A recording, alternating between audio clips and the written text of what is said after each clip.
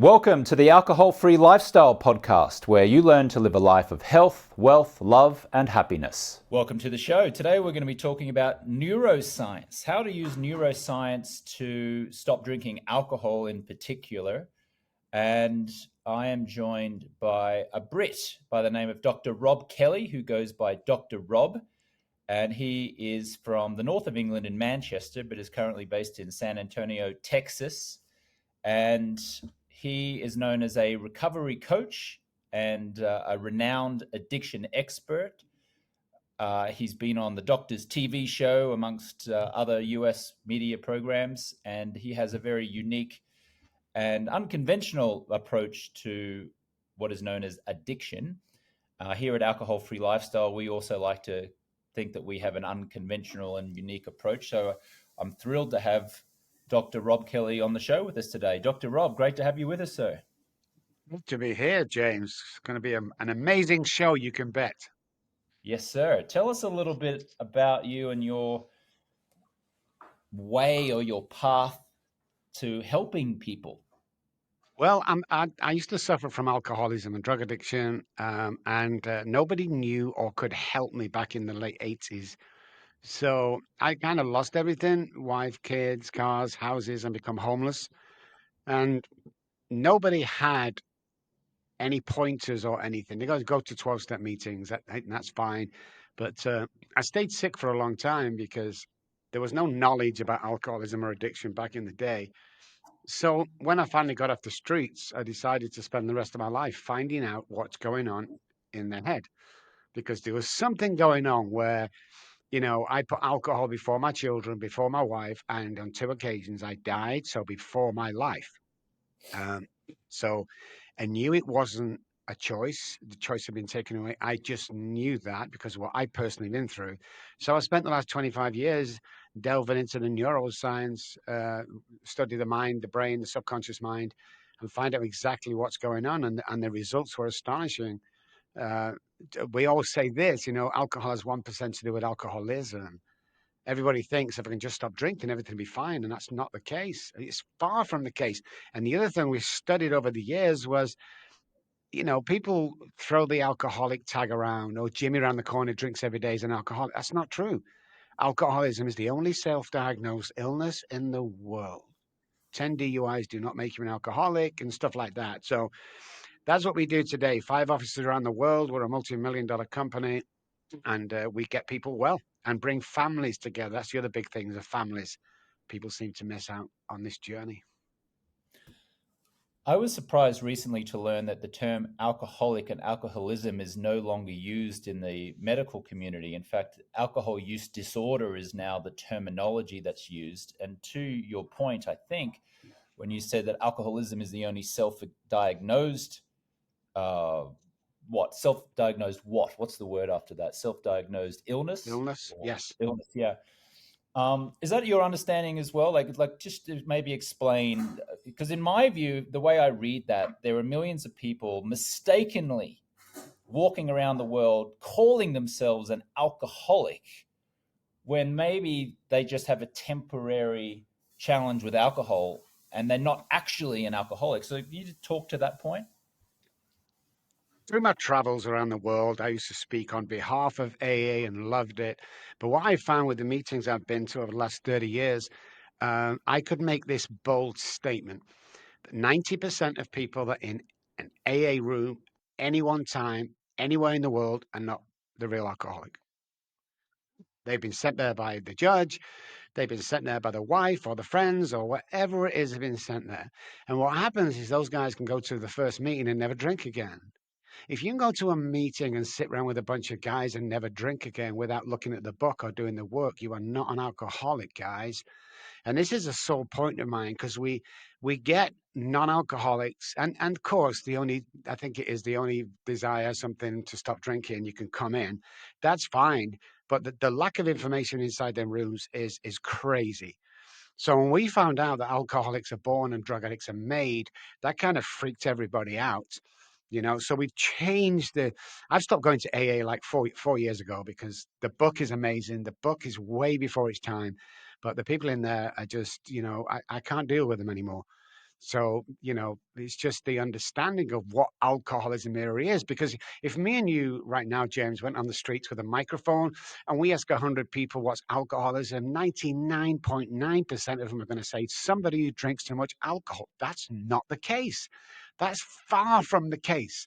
So the misunderstanding is where we are. And the misunderstanding of the disease is what's causing thousands and thousands of people a week to die of this disease. And it is a disease. And we'll get to that shortly. But yeah, it's just lack of knowledge.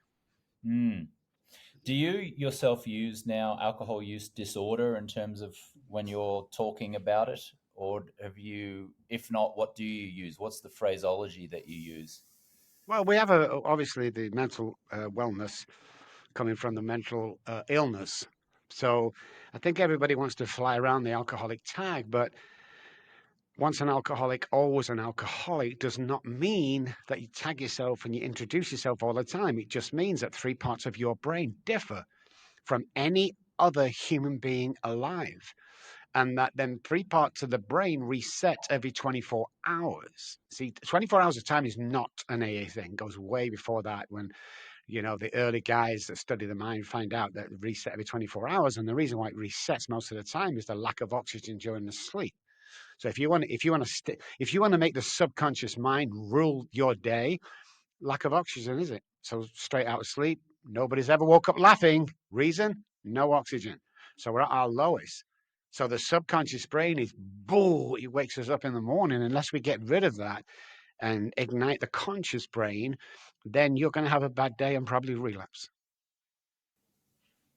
You said that you had discovered some amazing things using neuroscience. Would you walk us through some of the most profound things that you've discovered in your neuroscience research as it relates Yeah, to alcohol? of course. So alcoholics are born, and people get freaked out when I say that, but bear with me. Um, our trials and tests have proven um, there is a generational pass down, hereditary with alcoholism. There's a gene that gets passed down from family to family. Now, generation to generation, sorry. Now, it may skip one or two generations, but it's there. That's the main thing. So, why are we born this way? Well, the predisposition and the allergic reaction to ethanol is what we found. The amygdala, the basal ganglia, and the hypothalamus are the key players with any alcoholic. So the hypothalamus, let's say, it's our survival. It tells us how to keep alive. And the basic message is you have to drink water and eat food to survive. From birth, we know that. We know that to be true. So automatically, the hypothalamus is, we've got to eat, we've got to drink. That's it, finished. When we in the alcoholic, it differs. So when alcoholics drink alcohol over a period of time, what happens with the hypothalamus is it turns around and stops telling us to drink water and eat food, and it directly tells the prefrontal cortex and other parts of the brain, I need to drink alcohol to keep alive. And that is it.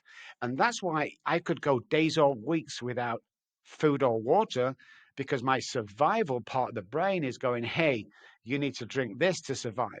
And when I explain that, alcoholics go, "Oh my goodness, that is true." Because any normal brain would not put alcohol before a baby, alcohol before children, alcohol before we wouldn't do that. So I knew there was something special that was happening that nobody else knew about. So that's the biggest eye opener, and of course, neuroplasticity is also was a big opener for us because we can reprogram neural pathways. What we also found is around 300 neural pathways die each day in the brain. What are we replacing them with? So if you're replacing them with yesterday's habits, one of the worst things I hate in the saying is from a 12-step room is if we do the same today as we did yesterday, we'll stay sober. That's not true. That is far from the truth. People who stay the same, they stagnate. Alcoholics who stagnate, they drink and die. So we have to be moving forward every single day. So what am I replacing them 300 neural pathways with that they're going to be good? They're going to be positive. And the realization, the way the mind and the brain work is I literally can achieve anything I want to achieve. And people say, well, that's not possible. Oh, that's your childhood trauma, which is the gateway drug, by the way. Somebody's put that there. I mean, forget your political views, guys, for a second, okay? We had a businessman running the country for 4 years with no political experience whatsoever. Don't dare tell me that you can't achieve your dreams. It's just not true. Yeah. When you were referring to the hereditary passing down of the gene, the National Institute of Alcohol Abuse and Alcoholism says that if your parents or grandparents had an alcohol use disorder, they estimate you have a 50% increased likelihood of having an alcohol use disorder. That's how they present it. Um, and what we say in our alcohol-free lifestyle is that that may be the case. Like it may not be your fault that you have a 50% increase likelihood of having it, but now is your responsibility to do something about it. And our argument certainly is with what they call epigenetics, changing your lifestyle, changing your environment, changing the people you're around, making good nutritional choices, getting sunlight, focusing on sleep optimization, living a life of appreciation instead of expectation, getting rid of certain products from your kitchen and bathroom, which are filled with parabens and chemicals, getting into an environment where you're almost forced to be outside in nature a lot more, you actually can change your genetic expression. My understanding is that you cannot change your genetic code or your genetic sequence, but you can change the expression of your genes and therefore diffuse the likelihood of having an alcohol use disorder. Is that your understanding based on your neuroscience and habits research? 100%. Again, people want to say, oh, it's alcohol. It's not alcohol, guys. It's our diet, it's the food we eat, it's the environment. So I love what you just said there, James, that it's not your fault that you got it, but it's your fault that you're staying there. We said it to people, everything comes from childhood trauma. Not the childhood trauma that people know, car crash stuff. It goes way, way deeper than that. But if you've been molested as a child and you're carrying that into your 30s and 40s and 50s, then shame on you. Again, not your fault. But what is your fault, and I say this in the nicest, kindest possible way, is not getting some kind of therapy for that. Because unless you've got brain damage, severe brain damage, you can get over everything you've been through. Everything that's been said, done, felt, hear, touch is stored in the subconscious brain. And one of the reasons why people self-sabotage is as children, we're told by mom, don't put your hand on the stove, it'll burn you. We put our hand on the stove and it burns us. So what message does that give us? It gives us that mom knows the truth. So therefore, everyone else that's telling me stuff knows the truth. As we go up through life, we realize that's not right. But 1% of that subconscious mind will hear something and you'll take it and it'll store it there. 999 people. You were amazing tonight, James. You were fantastic. One person, I think you were terrible. You were too loud. You're too aggressive. Who am I concentrating on for the next couple of weeks? That one guy. That one guy. So we have to get treatment. Everybody has childhood trauma. Alcoholics and addicts are more sensitive to trauma. Me and my brother stood on the kitchen table. My mother, it's a true story. My mother walked in and she said, get down off that table, you stupid idiots. Get down before your dad gets home. My brother jumps down and I freeze. Why do I freeze? Because this is what I've heard. Get out off that table, you stupid idiot. That's what I hear. Partially because of my alcoholism and partially because how I hear things around me, I believe to be true and more aggressive because I'm more sensitive than my brother is. So you have to take, like, it's like when somebody goes to doctors, knowing the serotonin is low, but not asking why it's low. But we go to the doctors, he puts us on some depressed meds, and now we kind of feel okay. It's like, why aren't we asking the question before we go? Okay.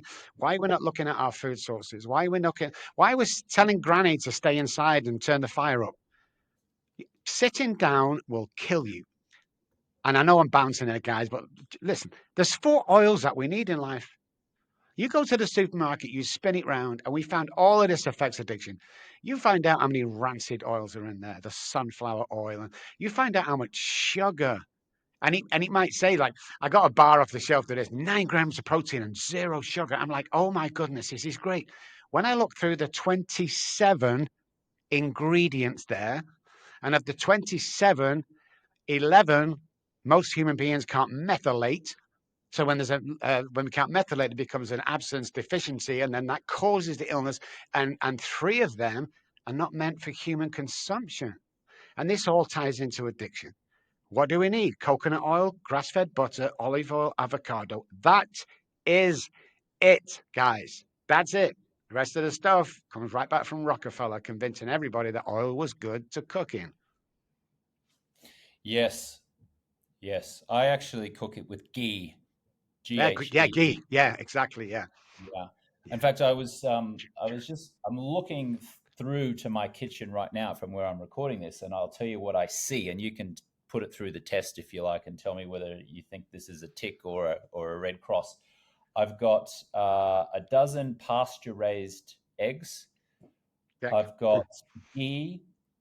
I've got electrolytes. I've got Himalayan salt. What else do I see? I've got two supplements there, or three supplements, I should say. I've got vitamin C, zinc, and then I've got a whey protein powder, which I have once a week. So that's what I'm seeing. And then in my refrigerator currently, I have kefir, um, which is, as I understand, a great source of probiotics. So that's what I see. And that's what I've got in my fridge. And then at nighttime for dinner, I'll have grass fed steak or chicken, or I'll have wild fish as opposed to farm raised salmon that you usually get. And then I also, I'm mistaken. I also see pumpkin seeds, which I snack on. What's your view on what I just outlined? That's the perfect diet. When you look at that kind of diet and stuff you eat, and you realize, I don't know how old you are, but you can bet you don't look your age. Your mind is sharp. The behavioral science is perfect. The psychological is perfect because we're eating that. But people don't do that, and they think they can get away with it, and they can't. It's really important what we put into our body because, as far as addiction is concerned, if we're on sugar every single day, you look at the back of this, and they disguise it in different words, guys. Just look for GMO and syrups this, and that. You'll find out that normal can of Coke has 9 spoonfuls of sugar in, and Diet Coke has 8.7 spoonfuls of sugar in. So don't be fooled by the diet thing on the front of the cola. Worst thing a human being can put in the body. Absolutely. So when you look at the food and oxygen, that is look at the food first of all, most important thing. And I always tell people, I'm not asking you to run out tomorrow and go all vegan and gluten free and spend a fortune. What I'm saying is try one day a week with the diet and the food that the staple that you've just mentioned, James. Just try it once a week. And I guarantee you for a day or two after, you're going to feel amazing. But we don't do it. And the other thing is, well, is oxygen. The presence of oxygen equals the lack of disease. That is the statement I would carry through to the rest of my life from my good friend and associate Gary Brecker. Every illness, every disease, every cancer, every growth created in the body starts in a hypoxic area of the body. So if you've got your diet right, you've got your breath continuously going every single day, you're on for an amazing day. Because when we do the breath work in the morning, you kill that subconscious brain. And that's what it's about. You got to look at lifestyle as a whole. If you're sitting down for 8 hours a day in the office, you need to walk around more. You need to get up. Everyone who sits down is taking like 6 months off their life every single day. I'm convinced of it. That's not a scientific fact, but I'm convinced of it. Going home and sit in front of the TV all night. I mean, it's just, we're meant to move around. Human beings are meant to move around, Mm. but we don't anymore because everything's on the phone or everything's on the PC or gaming. Show me a kid that's gaming 6 hours a day. I'll show you a future addict, period. Yeah. On the movement piece of it, I always try to get at least 10,000 steps a day in, and I track it with my Aura ring, which I'm wearing now. And that's in addition to a gym workout where I'm lifting weights. So, for example, I'll just share this anecdote because I would submit that it would be helpful for many of our listeners. Yesterday was one of those unique days where it'd be about 3:34 in the afternoon, and I still hadn't walked anywhere except upstairs to go to the gym. And the easy thing to do would have been to just go, oh, okay, I just missed it. But I intentionally then said, okay, time to go and get my 10,000 steps. And I deliberately walked for about 6,000 steps. I came back, and then later on, instead of making a meal at home in my home last night, knowing that I was still 4,000 steps short of the 10,000, I decided to walk to a restaurant that I know where Mm, I ordered grass-fed steak, 450 grams of grass-fed steak and some grilled vegetables, and then walked home. And then I got to about 9,800 steps, and then just walking around my home last night was enough to get me over the 10,000. So people might go, geez, that's a bit over optimized, isn't it? I would submit no, because it was a rare day. I was at home, stuck inside until 3:34, and then I intentionally decided to get up and move around and get those 10,000 steps in. And I'll also say this in addition: there's a great book called Get Up by James Levine. And in that book, he actually revealed that we can halve our blood sugar levels or our blood glucose levels by simply getting up and moving within 5 minutes of having the last bite of food. So a lot of people, when they're eating meals, they'll have a big heavy meal and they'll just sit there, or they'll go to the couch and they'll sit there. And of course, that then the body starts to store fat. It's not yeah, metabolizing the food as well. Whereas he submitted in his book, Get Up, that if you just get up and walk for 15 minutes, just a 10-15 minute walk immediately after the last bite of food, you can halve your blood glucose levels. Any thoughts on any of that, Dr. Rob? 100%. Yeah, definitely. If you look at what strips fat most is the liver.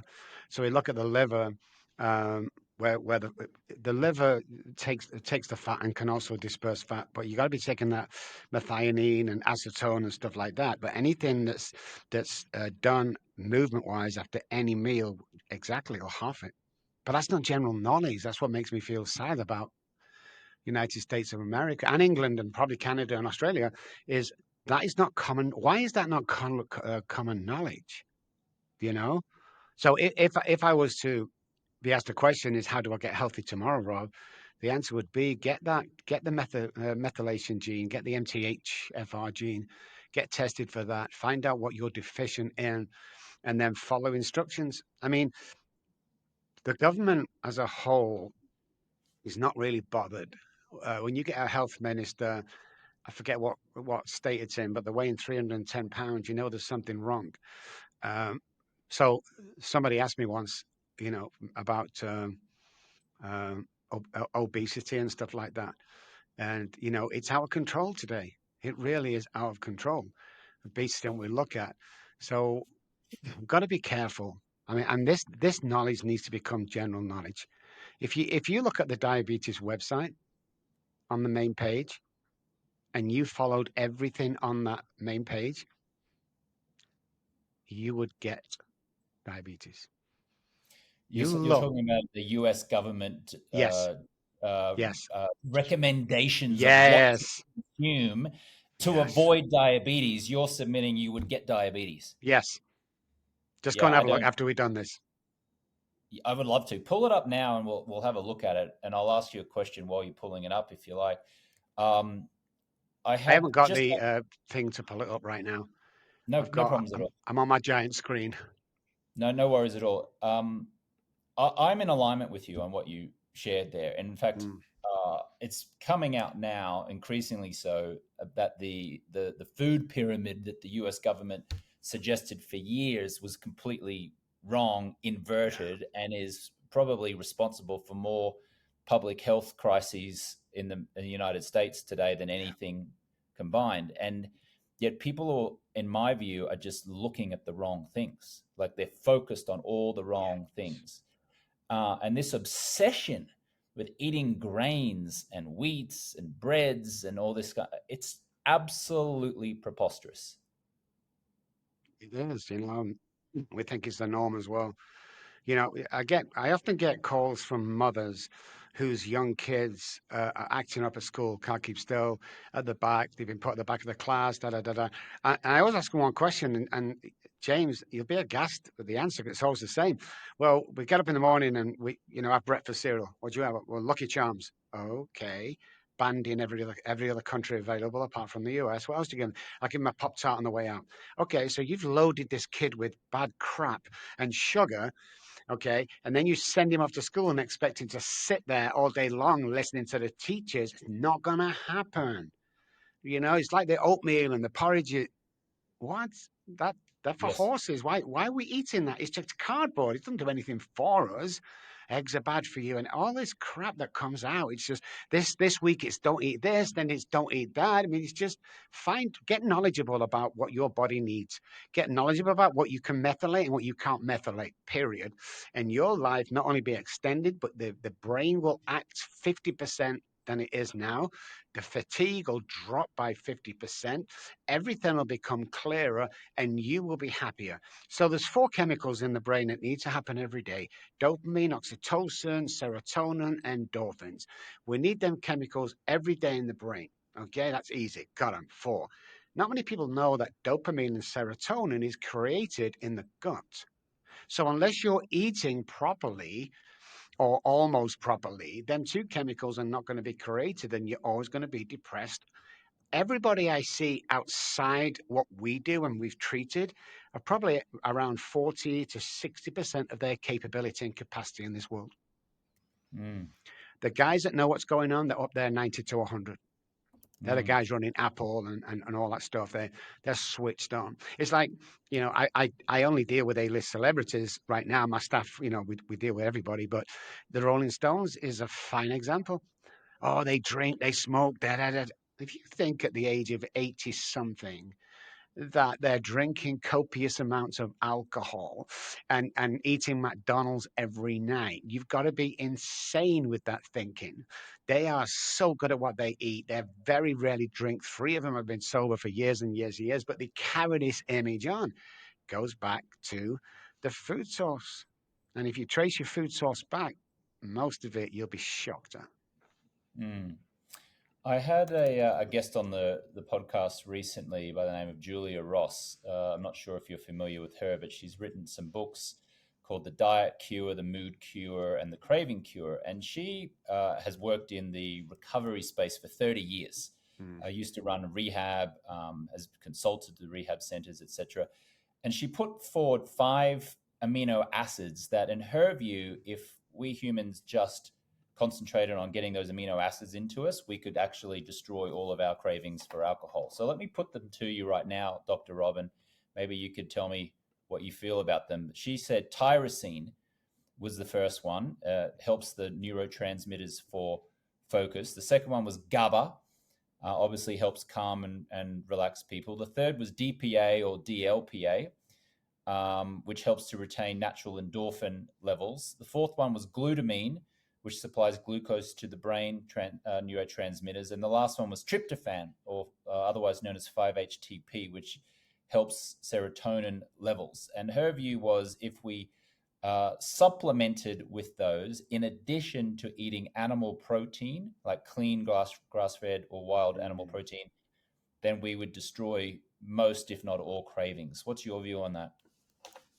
I would imagine that was true, but I've not done any research on that, so I can't give you a clinical answer to that. But it sounds right. It really does. It sounds right. I don't know. I mean, when you go to alcoholism again, you've got to understand what we're dealing with, and it's like the drugs out. Stop your drinking now. I can't think of a name right now, but take this and you take the cravings off. That's amazing for people who have alcohol abuse problems, or heavy drinkers, and stuff like that. But for the real alcoholic, just to split the both up. That kind of stuff doesn't work. Now, does it help? Of course it does. Of course it helps. But there's a different idea going on with alcoholism that again nobody really understands, and that is alcohol. Well, first of all, you can't crave for anything that's not been in the body for 24 hours. People are confused with that. Oh, I'm craving. No, you don't. You have what's called a mental obsession. You have that part, or the TR2 on your tongue. So the TR2 is a little transmitter thing that tracks drugs and sugar and loves sugar, and it'll get it and stuff like that. So the brain is like a mini dictator. The brain gets what the brain wants every single time. So if it wants calcium, it'll strip the bones. If it wants sugar, it'll set that TR2 receptor off at the back of the tongue, and you'll get sugar. So you've got to take all that into consideration. But I would say, yeah, that sounds about right. I'm going to research that. I don't research anything, James. And the reason why I don't is because we're so deep into our testings and trials and beliefs of what we do.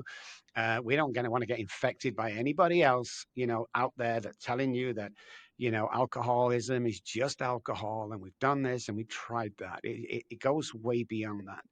Let me tell you a story. I'm outside a liquor store once at 5:30 in the morning in Manchester, England. I'm homeless. I have a vest on, a pair of shorts, and a pair of flip flops. It is pouring with snow, and it's like 6 below, and I'm sweating profusely. I'm shaking. I can't put a sentence together. And I know in the next 30 minutes, if I don't get alcohol or get to hospital, I'm probably going to die. I already died twice on the street, still didn't stop me drinking. So the shopkeeper lets me in. He knows I'm an alcoholic. God bless that Pakistani guy. He let me in. He closes the door quickly. On this one occasion, James, I had my £10 in my hands. I can't really talk.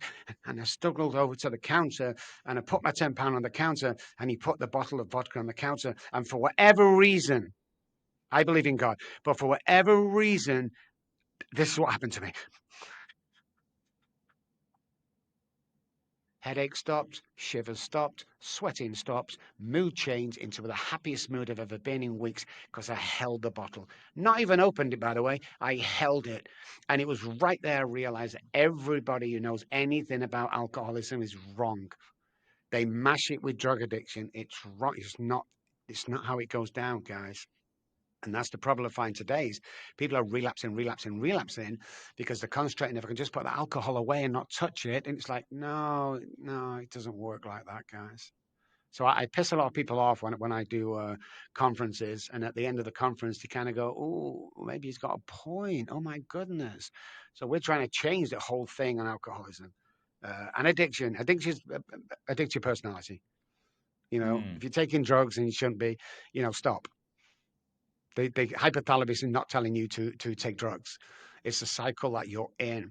When 90% of patients that come to me with a heroin addiction started in the doctor's office, you have to look at what addiction really is. Yes, that's a nice segue into what are your views on doctor culpability in terms of addiction? The context of the question is it's my view based on what I've read and what I've seen and experienced anecdotally from clients sharing stories that doctors have a tendency to prescribe medication without being fully aware of their patient's challenges. Um, and the inference there or the suggestion is that they are financially motivated because pharmaceutical companies are obviously incentivizing them to write prescriptions for their drugs. Now, this is not to generalize so much and criticize every single doctor, obviously, but what's been your experience or your view in terms of doctor culpability in terms of writing prescriptions for opioids and for anti addiction medication? Well, you can't, obviously, you just said you can't brush everybody the same tar brush. Um, but and that's 70, 80%. If I'm going to here's a question. If I'm going to the doctor and I'm depressed and I tell him I'm depressed, and he pulls out a prescription pad without asking about my diet, about my exercise, about how much sun I get, then we're in a bad state of affairs. 90% of doctors do that. Why? Because they're incented, well, not by cash most of the time, but by holidays and boats and houses and stuff like that. The pharmaceutical run this world. So the food industry gets you sick and the pharmaceutical companies get you. So what we have to look with doctors is um, you should be responsible for any addiction that starts. If you're not going back through their 3 generations, that's where it lies with alcoholism or drug abuse, and you're writing a prescription, that's bad news. Now, if you're writing a prescription for Suboxone, let's say, to get somebody off heroin, let's say, and you're prescribing that for more than 6 to 12 weeks, you should be stripped of your license. Suboxone is a taper. If you're on Suboxone for a year or 2 years, the brain doesn't know the difference between pharmaceutical drugs and street drugs. You're still using just because the guy's got a white coat and they know nothing about addiction. I will never go to a doctor for my general health ever again, especially when it comes to addiction. They have no idea, no idea, and they're I teach doctors in the thousands sometimes on conferences about addiction and alcoholism because they haven't got a clue. Now, when it comes to psychiatrists, I think their amount of time with a patient is 3 minutes. They've only got 3 minutes. They're not going to find out anything. They're going to write a prescription and get you out. I was on, and you can Google this, guys. I was on a live show with me, the Purdue high sales manager, and their attorney. And we filmed it in Dallas, Texas. And we got on and we talked and we did this. And I told him what was what. And they kind of looked a bit shameful. The very next day, Purdue filed for bankruptcy. Now, I'm not saying it was just me and a bunch of other things happened, but we've got to start stopping these guys. We've got to hold them accountable. They don't know. And just because you go to the doctor and say, I'm going to put you on this, says, what? You need a second opinion. You need to know why he's putting you on that. Because let me ask you another question, guys. Have you ever gone to the doctor? He's give you a prescription that you've taken that has cured your illness and you never have to take that medication again. Yeah, I didn't think so. Yeah. What's amazing as well, I'm going to reference a former client of ours by the name of Evan Melcher, and he's based in Atlanta, Georgia, and he's very happy for me to reference his name because he's been on the show a couple of times and has been a testimonial. He was on 10 years of antidepressants and also acid reflux medication. He came through our stop drinking program, which is called Project 90, and stopped drinking alcohol. And he went back to his doctor and they did tests and everything. He got off those 10 years of medications just by stopping drinking. So he Oh stopped God, drinking, yeah, bang, got off yeah, it. And now he's absolutely flying. He's so happy. He's lost so much weight. He sleeps well. He doesn't take any prescription drugs. He's happy. He came down to Colombia for one of our annual AFL retreats. I met his wife, Jennifer. They are as happy as Larry. yeah. And all he did, the only change he made, I mean, I'm saying only because it was one thing, but it was a bit, it's a big thing for him. But the Mm, big thing that he did, and the only thing he did, was just stop consuming attractively packaged poison, which is what we call alcohol. And all of these other health conditions that he yeah, had just disappeared. yeah, yeah. You would have seen That, something similar, I'd imagine, Dr. Robb. yeah. I mean, it's first of all, it's a depressant. I think everyone knows that, but the damage it does to every single organ in the body that it touches is disgraceful.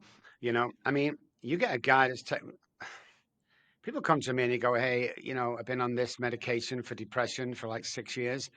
My answer is, when do you think it's going to kick in? Because it hasn't kicked in yet. Well, I mean, how long are you going to? What? What? Let's pull the medical dictionary of the USA out. Let's look at the root cause of depression, lack of serotonin. Why isn't anybody asking the question why my freaking serotonin is low in the first place? Nope, we don't do that. Drinking is a poison. It's a depressant. It affects you in so many ways that you will never understand how damaging that is to the body. So yeah, you take away alcohol, you've probably taken 90% of your problems away as well. But Mm. because it's socially accepted wherever we go, it's like, and then people question people who don't drink. James, I go into a bar often with friends. They go, "Do you want to drink?" No, no, I'll just take orange juice.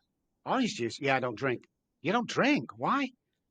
Nobody does that with cheeseburgers or, yeah, I just want a cheeseburger, but don't give me cheese on it. You don't want cheese on it? Why?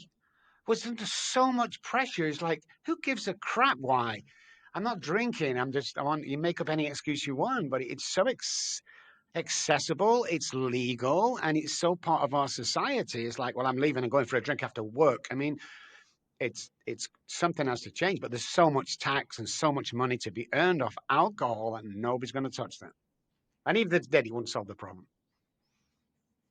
Alcohol is the only drug where you have to justify not consuming it. I love that. I Mm. love that. My goodness, I need to write that down. I'm going to put your name against it. That's beautiful, man. It's also preposterous, in my view, that we call it drugs and alcohol. Oh, he's addicted to drugs and alcohol. Oh, he's got a drug and alcohol problem. Oh, there's a real problem in this country with drugs and Yeah. alcohol. Well, hang on a second. Alcohol is a drug. So Mm. why are we saying drugs and alcohol? It's just drugs, which includes alcohol. Have you noticed that? People always write drugs and alcohol, Yeah. drugs and alcohol. Yeah. Definitely. definitely. It's crazy. We need an well, we just need a better understanding of the world. We just need me and you and the millions that are trying to get this over to keep going and keep going and keep going. And of course, it gets very lonely where we are. And you'll know this, James, because you come against so much pushback on anything you're trying to tell people until they understand exactly what's going on and what they're consuming and how much they're drinking and why they're drinking. And it goes back to childhood trauma. And if you don't clear your childhood trauma up, which is the gateway drug, then you're never going to get well. And he's crazy. Well, I can't. My depression can't come from a few glasses of wine. Da, da, da. Do your research for the guys that know, you know? Because, and here's the other thing as well, the mind is so complex, okay, that you can literally program your mind first thing in the morning, the conscious mind, to go and have the best day you've ever had. You can program your mind to do that. And people don't. So they go about their normal days and they go into all sorts of routines and patterns. Look, you got to look for the patterns, guys. You know, you're in a pattern every single day. And if you don't think you are, you ever gone out a day out somewhere to the seaside with a bunch of guys or girls? You go down there, you have a few beers, you act stupid, you get back on the bus. Which seat do you sit in? Usually the seat you went there in, there's the pattern. But we don't see patterns. So the definition of insanity is not what you think it is, as far as we're concerned. The definition of insanity is me not being able to see my own truth. And I stick in this cycle of disaster, and I think it's going to be okay because it's the norm. We're chain breakers, guys. We have to break the chains and don't get dragged into all the noise because that's what they want you to do. They want you to be dragged into this noise and live the way they want you to live. And again, going back to the food companies killing us and the pharmaceutical companies rule the world. And as long as we know that, we have an understanding. Lack of knowledge kills people. You said that it's very lonely. It can be lonely being in the minority here. I would submit that it's never been less lonely. And Mm, also, I actually revel in. I wouldn't even. For me, loneliness doesn't fit. That's the word that doesn't fit for me. But I get that that would fit for others. Like there's yeah. that concern that if you break free from the tribe and the norm, that you will be isolated and alone. I get that, and that's a very real thing because we go back to Dunbar's tribe, which is we used to be in tribes of 160 people, and if we got kicked out of the tribe, it meant certain death, right? Because like the wolf would get you, the bear would get you, a rival tribe would get you. It was just death. And that shows up in 2024. We still have that reptilian brain Mm, fear that if we do anything different than the norm, that it could mean death. The mm, reality is, as though the world has changed, that we don't have a tiger going to kill us or a rival tribe that's going to kill us. And if we get kicked out of one tribe or we choose to leave one tribe, we can just join another one. mm, And there's mm, plenty of them around. Trust me, the world is so connected now. The other thing I would also say to our listener, there is a cultural change that is taking place now. And never before have people been so interested in leading an alcohol free life or having a better relationship with alcohol. Millennials have never drunk less. mm, Alcohol free alternatives have exploded on the market. I read a stat that said 65% of Americans want to either reduce or stop drinking. That number may even be higher.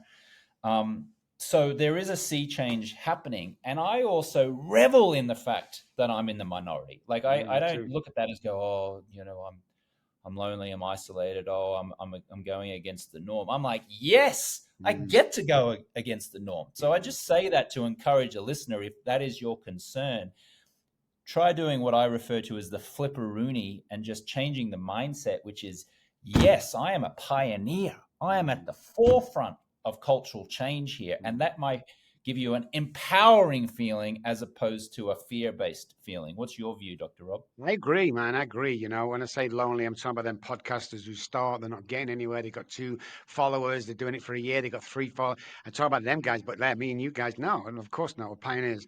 What I tell my guys do every morning when they wake up is the breath work. Okay, so we get the breath work in. Now we're all alert. We go in the bathroom, we stand in front of the mirror from 6 feet away. Don't get close up, you'll see all your blemishes.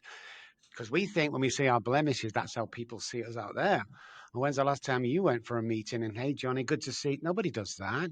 So stand 6 feet away and your blemishes will go say, I love you 10 times. Let's feed that subconscious brain. If 300 neural pathways die every day, what are you replacing them with? And then your teeth.